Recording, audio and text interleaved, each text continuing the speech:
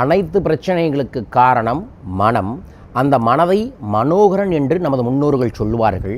அந்த மனதிற்கான நாளாக சந்திர நாளான சோமவாரத்தை சொல்லுவார்கள்.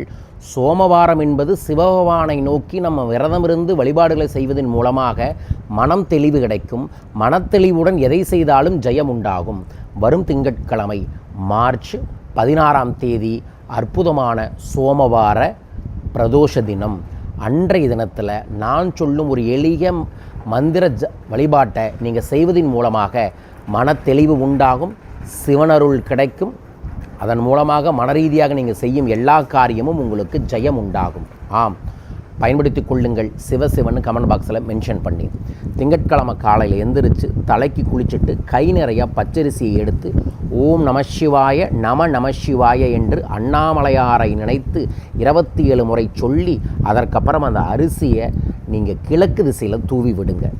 அதற்கப்புறம் காலை மதியம் எந்த உணவும் எடுத்துக்கொள்ளாமல் சிவ சிவ சிவ சிவ சிவ சிவ என்கின்ற மந்திர ஜபத்தை மட்டும் உங்கள் மூச்சாய் பேச்சாய் செயலாய் வைத்து கொள்ளுங்கள்.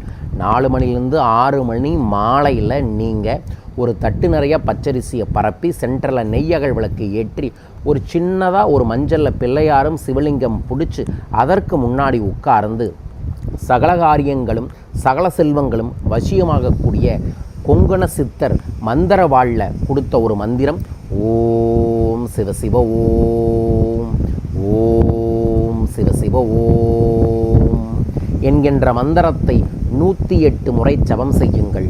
ஓம் நமசிவாய என்கின்ற 5 எழுத்து மந்திரத்தை 108 முறை ஜபம் செய்து என் வாழ்வில் மனத்தெளிவு உண்டாக வேண்டும், மனத்தெளிவின் மூலமாக நான் செய்யும் எல்லா காரியமும் ஜெயமுண்டாக வேண்டும் என்று வேண்டிக்கொண்டு அந்த மஞ்சளை கரைச்சி நெற்றியில் வச்சுட்டு உங்கள் கல்லாப்பெட்டி உங்கள் வீட்டோட நிலவு பேலன்ஸை கொஞ்சோண்டு துளசி செடியில் விட்டுட்டு வரும் 5 நாட்கள் இந்த மஞ்சளை உங்கள் நெற்றியில் வையுங்கள்.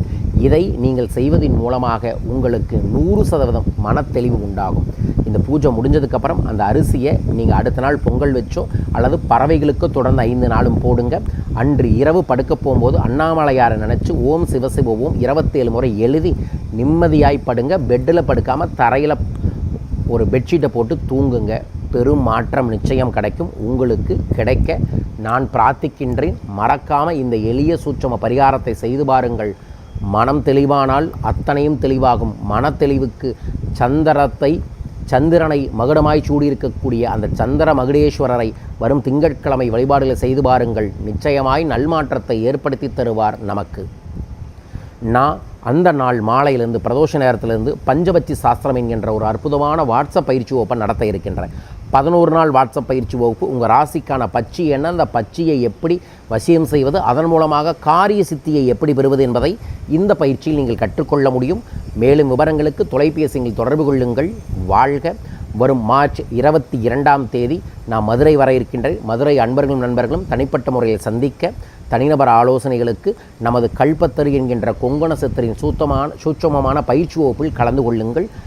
இந்த பயிற்சி உங்கள் வாழ்க்கையில் ஒரு அடுத்த கட்டத்துக்கு எடுத்து சொல்லும். மார்ச் 22 மதுரையிலையும் மார்ச் 29 கோயம்புத்தூரிலும் நடக்குது. ஏப்ரல் 5ஆம் தேதி நான் இலங்கை வர இருக்கின்றேன். இலங்கை கொழும்பில் பணத்தை வளர்க்கும் கலை, தன்னை உணரும் கலையை நான் நேரடியாக நடத்த அனைவருக்கும் குபேர தீட்சை தர இருக்கின்றேன்.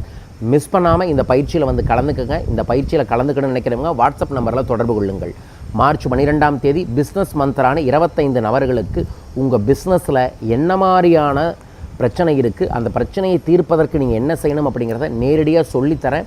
100% 100 நாட்களில் உங்கள் பிஸ்னஸ் முன்னேறியே தீரும் சத்தியம். கலந்து கொள்ள மேலும் விவரங்களுக்கு தொலைபேசிகள் தொடர்பு கொள்ளுங்கள். மீண்டும் ஒரு அற்புதமான பதிவில் உங்களை சந்திக்கின்றேன்.